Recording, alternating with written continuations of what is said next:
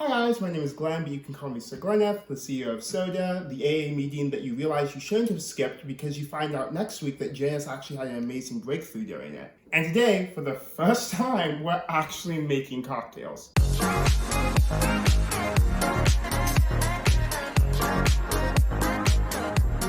So last week I talked about home bar essentials, things that you need at home, different mixers, different garnishes, extras, different types of alcohol, and then very basic cups and stuff that you would need so you can be making cocktails at home. So using some of the materials that I talked about last week, we're going to make a few different cocktails now. Come on, you gotta subscribe for consistent content like that. From what you need to what we're making, it just makes sense. So this is what we have for the first drink: cranberry juice, lemonade, ginger ale, and Kirkland vodka.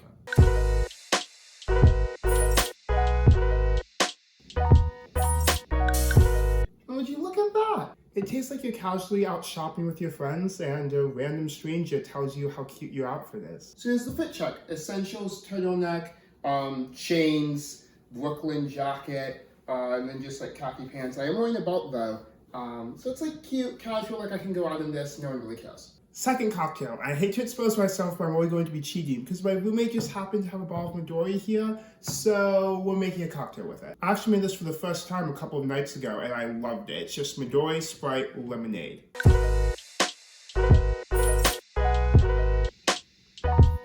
This green color, iconic, makes it almost seem healthy. It really does taste like you're a kid brushing the grass stains off of your knees after rolling down a tall hill. That wasn't too much, right? That makes sense. Everyone can relate to that. Going back to the healthy bit for a second, the reason I think this drink will always stick with me is because the first time I had it, I was FaceTiming Brian Erickson. It was a Friday night. I was eating a chicken Caesar salad alone in this apartment because one of my roommates was working and the other two had gone out with friends. And it was just kind of the first set in realization that I live here.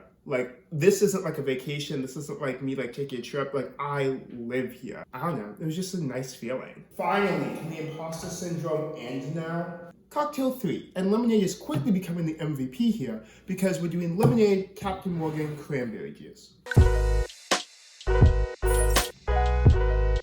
Now this is a little bit different because the Captain Morgan doesn't perfectly blend with the rest of the flavors. It gives it a very offset aftertaste. It's a little bit more mysterious because the fruit hits you right away, obviously. And then Captain Morgan is just kind of an undertone in the beginning and then it's all that you get at the end.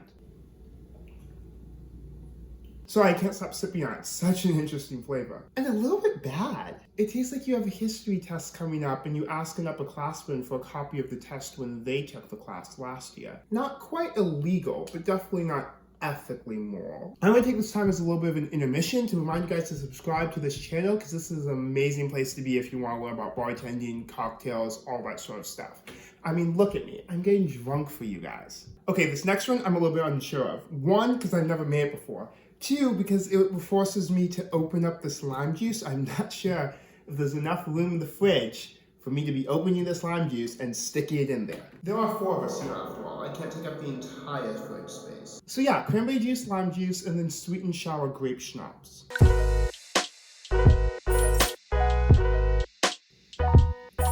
I put a little bit too much lime juice, so. Anyways, this drink, wow. So first I expected it to be a lot more tart and bitter than it really was. The sweet and sour flavors really mixed together. It's very dark fruity though. It's not bubbly, light, bright. It gives me very pomegranate, actually. I guess that makes sense because the only fruits in here are cranberries and limes, which aren't known for being sweet. It really does taste like taking a friendly outing a little bit too seriously. You're just going out for a couple of drinks, but you get decked out just because it's the only time you're leaving the house for a social reason this week. Also, I hate that 2 of these are about outfits and looking good. I think it's just because I look nice right now, and that doesn't happen very often. I'm usually wearing pajama bottoms and my own merch from 2020. Such is the life of an influencer. And here we go. Malibu, Don Julio, orange juice, and Sprite. Guess what? Still don't have any grenadine. Also, I've never tried this combination before. Yeah, that was absolutely terrible and a waste of Don Julio. I know, it was the Malibu, it gives it a terrible aftertaste. Now it tastes like not showering for 5 days because you're a little bit of a depression funk. You don't have enough energy to get out of bed. So there you go, 5 different cocktails that you can make based off the ingredients that I told you to get in the last video. Except for the fact that one of them was terrible and one of them used Midori. So 3 amazing cocktails that you can make from this video. If you like this video, actually leave it a like, subscribe for future content, new stuff every Friday, notification bell set to all, and comment down below which of these cocktails was your favorite, which one you actually tried. Also, I have a podcast with my friend Hannah called Hi, How Are You? It's amazing. It's been going on for like a year and a half-ish now, so there's like 50 plus episodes. Also, it's just like a rebrand, you know, like it's 2022, new year, new me. I like how I mentioned the podcast before I reminded you to just follow me at SirGlenneth on Instagram and TikTok. Do that as well. I think that's all I need, guys, so let's have some fun and smile because I am home alone at 2 p.m. on a Sunday afternoon, a little bit tipsy because I just downed 5 cocktails for a YouTube video.